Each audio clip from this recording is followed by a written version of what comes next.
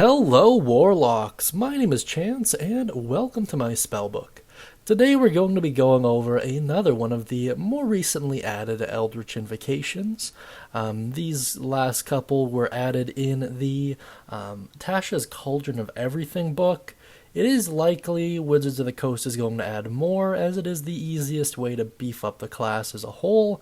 However, let's just deal with these ones in the moment. Today we're going to be taking a look at Gift of the Protectors, which follows a very similar template to Farscribe, which was the previous video. By the way, if you'd like to watch all of the invocations in their entirety, please do click up top in that little eye icon there, or wait until the end of the video and click on the playlist at the end. That being said, let's dive into the description and prerequisites of Gift of the Protectors. Under the prerequisites, you'll see that you need to be at least a warlock of 9th level and have taken the Pact of the Tome feature, which is, in my humblest opinions, one of the best features out there. It's what I main, so maybe I'm a little bit biased, but I don't know, I like it. Now let's move on to its description. A new page appears in your Book of Shadows. With your permission, a creature can use its action to write its name on that page, which can contain a number of names equal to your proficiency bonus. When any creature whose name is on that page is reduced to 0 hit points, but not killed outright, the creature magically drops to 1 hit point instead. Once this magic is triggered, no creature can benefit from it until you finish a long rest. As an action, you can magically erase a name on the page by touching it. This is really interesting, and whether or not it's good or bad, I'll kind of give you my thoughts on that in a little bit here, but there are a couple things I'd like to point out in the wording of this that are a little bit, maybe oversights is the best way to qualify them. I don't know.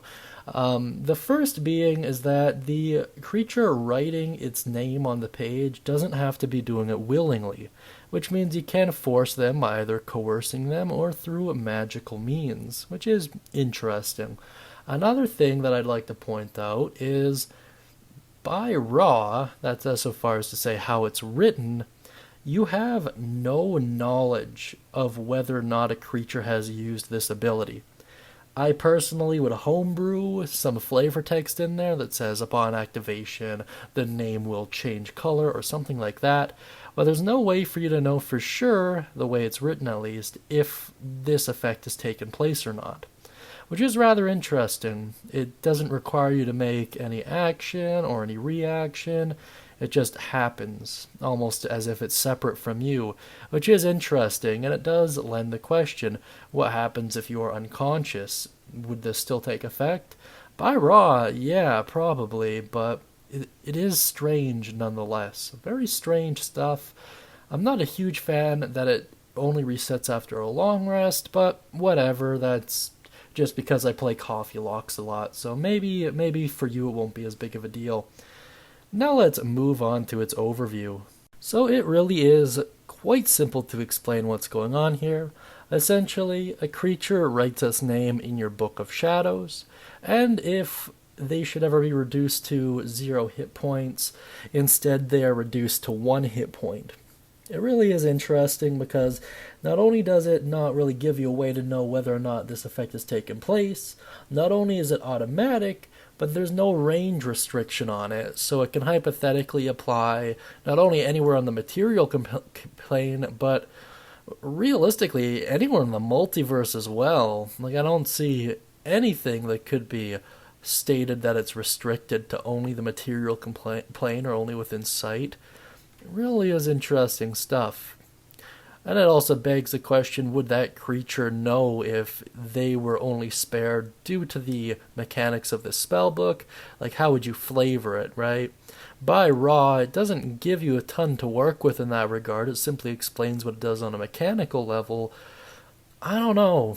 It almost seems like, at a glance at least, it almost seems like this is an incomplete kind of invocation. It just feels like there's something missing there. I don't know. Maybe that's just me, though. It is rather simple mechanically, I suppose. But I don't know. Let's move on here to my personal thoughts. So in general, healing abilities in the game are fantastic. The way that 5e works, if you're incapacitated or brought down to 0 hit points, you're pretty much dead. Like, there's nothing you can really do at that point. So abilities that make it so you can get up, even with just 1 hit point, still provide you an opportunity to escape or maybe even fight back and win if it's a close call, or just survive to tell your tale another day. That being said, however, ranged healing in 5e is one of the most some people call it broken, but it really is just the best possible set of circumstances, right? A lot of the best healing spells require you to be relatively close or even be in contact with the creature you're healing. But this invocation means you can literally be taking a nap 2 planes over, and the person will just get up and keep fighting. So it really is like the ultimate distance healing. That being said, however, it really is only 1 hit point, and there's no real way, at least by raw, for you to tell if the ability's been used for a day, and you can only really use it once per long rest, which in most players' sake is kind of once per session. It really is interesting, though. I'm just looking at it again and again, trying to think of maybe I'm missing something, maybe I'm not. I don't think that I am, just because it's right in front of me and I've been rereading it. It might also be worth noting that if you could use this in accordance with Farscribe, which is the video we've done prior, check the playlist if you want to check it out, but if you use them together, you could potentially confirm whether or not you saved their life or not. So I guess that's the best way to use it, but I don't know. Let me know what you guys think down beneath in the comments section. Mention any thoughts, questions, comments, or concerns you have regarding Gift of the Protectors, and let me know if you think it should be restricted at all, or if it is, or if there's been a statement on it. At the time I'm doing this recording, there hasn't been, although I don't know. I feel like this is one of those things that someone is gonna bring up in one way or another, and there's likely gonna be a sage advice released on this. With that being said, though, if you'd like access to a free one-shot written by yours truly, please do check out the Guild Hall and use code WELCOME upon selecting whichever one it is you'd like. Hopefully I'll be adding more soon, but the amount of videos I have to do is unbelievable, so yeah, bear that in mind. And that being said, I hope you all have a wonderful day, and as always, happy adventuring.